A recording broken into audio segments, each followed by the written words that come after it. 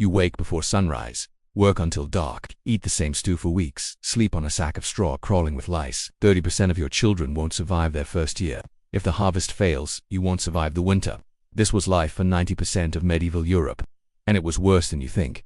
Movies show you knights and castles. Books tell you about kings and crusades. But the people who actually built medieval society, the ones who grew the food, paid the taxes, died in silence. They get forgotten.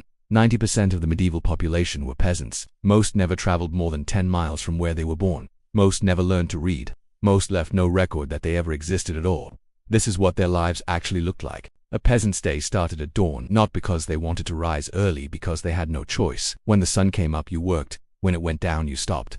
During harvest season, that meant 16 hours in the fields, cutting wheat with a sickle, bundling it by hand, carrying it on your back until your spine screamed. No machines, no animals doing the hard labor, just your body, breaking down one day at a time.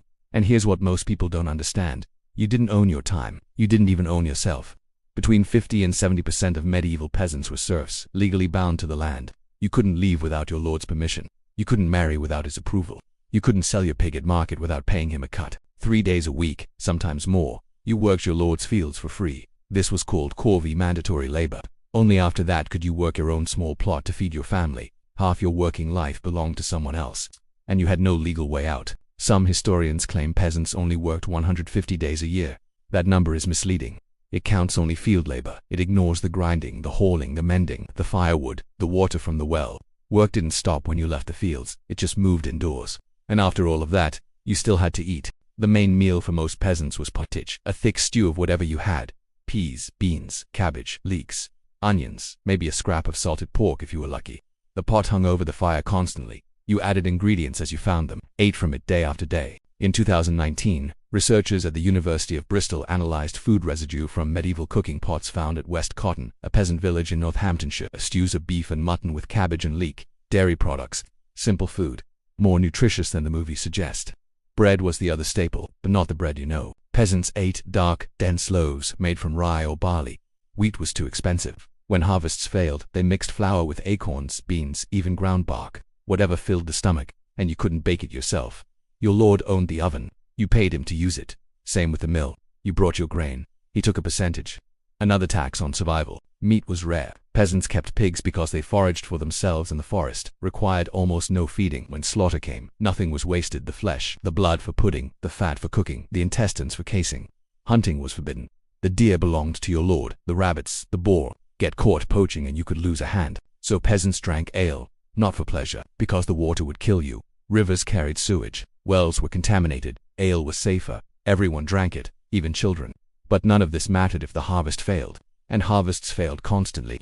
Peasants called the weeks between March and April the hungry gap. By then, winter stores were almost gone. The salted meat finished, the grain running low. New crops hadn't sprouted yet. Families survived on dried beans, stale bread, whatever pickled vegetables remained at the bottom of the barrel. This was when children died, when the elderly gave up, when families made impossible choices: feed the adults who could work the fields, or feed the children who couldn't. A bad harvest didn't mean discomfort. It meant watching your family starve slowly over months, knowing exactly how many days of food remained, counting every meal, and there was nothing you could do. No store to buy from, no government aid, no charity that could feed an entire village. You either had enough or you didn't. The peasants who calculated correctly in autumn lived to see summer.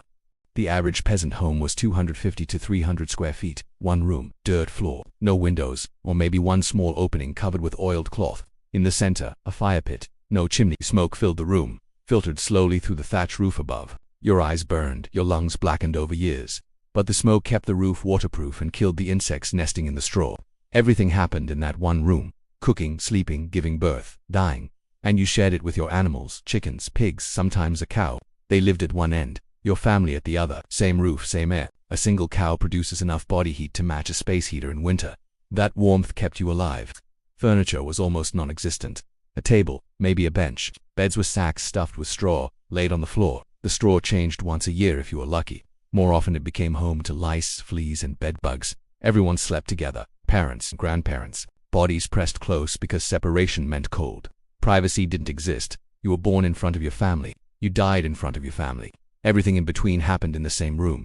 Candles were expensive. Peasants used rushes dipped in animal fat. They smoked, smelled, and barely cut through the darkness. These conditions sound unbearable. But the house wasn't what killed you. Disease was. Life expectancy at birth was around 30 years. But that number is misleading. It doesn't mean people died at 30. It means so many children died that they dragged the average down. 30% of infants didn't survive their first year. If you made it to 25, you could expect to reach your 50s, maybe longer. But getting to 25 was the hard part. Disease was everywhere. Typhoid, smallpox, tuberculosis, dysentery. Peasants had no idea what caused them. Bad air, evil spirits, God's punishment. That was medieval medicine. Treatments made things worse. Bloodletting was standard practice. Doctors believed disease came from an imbalance of bodily fluids. The cure: drained blood until the patient weakened. Sometimes they used leeches, sometimes a blade. Either way, you left the treatment weaker than when you arrived. Infected wounds were treated with hot pokers. The logic was simple: burn the flesh, kill the infection. The pain was unimaginable. The success rate was low. Headaches: drill a hole in the skull to release the pressure. This was called trepanning. Archaeologists have found skulls with multiple holes. Toothache: no anesthesia. The rich had physicians. The poor had prayers. Neither worked particularly well. If you got seriously ill, you either recovered on your own or you died. Medicine wasn't help. It was hope dressed up as treatment.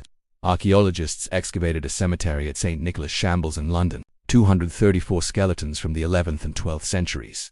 94% died before 45. The bones showed malnutrition, infections, injuries that became death sentences. Then came the plague. The Black Death arrived in 1347 within 4 years. It killed between 30 and 50% of Europe. The entire villages vanished. Bodies piled in streets because no one remained to bury them. Neighbors abandoned neighbors. Priests refused last rites.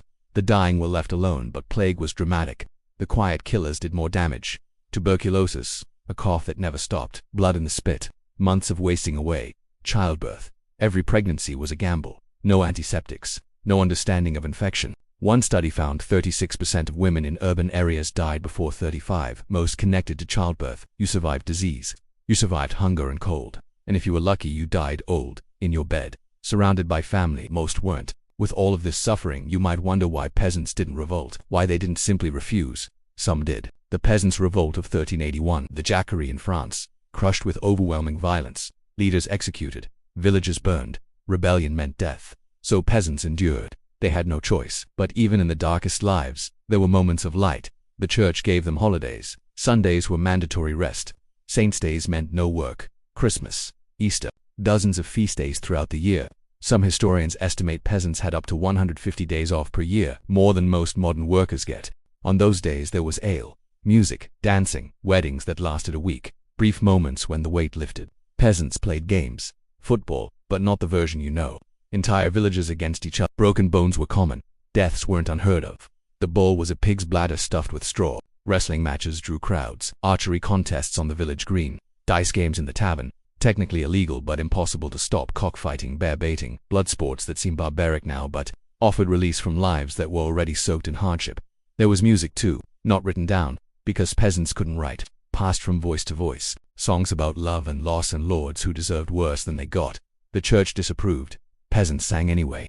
These weren't luxuries, they were survival. Without them, the weight of peasant life would have crushed the spirit long before disease or hunger took the body. Religion gave them something else, meaning life was brutal. But the church promised it wasn't pointless. Endure this world and paradise awaits. Your Lord may own your body. God owns your soul, and in heaven there are no serfs. Then the plague changed everything. The Black Death killed half of Europe. Labor became scarce. Suddenly, peasants had power. Wages rose. Some serfs bought their freedom. Others walked away, knowing there weren't enough people left to stop them. The plague cracked the feudal system. But for centuries before that, there was no escape. You were born a peasant. You lived as a peasant. You died as a peasant. And nobody remembered your name. If you're learning something new, consider subscribing. Work that broke your body. Food that barely kept you alive. A house you shared with animals. Disease that killed your children. A system designed to keep you exactly where you were born. This was medieval peasant life. 90% of Europe lived this way for centuries. They built the cathedrals, grew the food, paid the taxes, and when they died, they disappeared. No graves, no records, no names. We'll remember the kings, the knights, the battles, but the people who actually kept medieval society running. History forgot them. Next time we look at how Hollywood sees the Middle Ages, thrones and feasts and epic battles. But how much of it is real? Game of Thrones versus actual medieval history. What they got right, what they got completely wrong, and why the truth is darker than any fantasy. Subscribe so you don't miss it.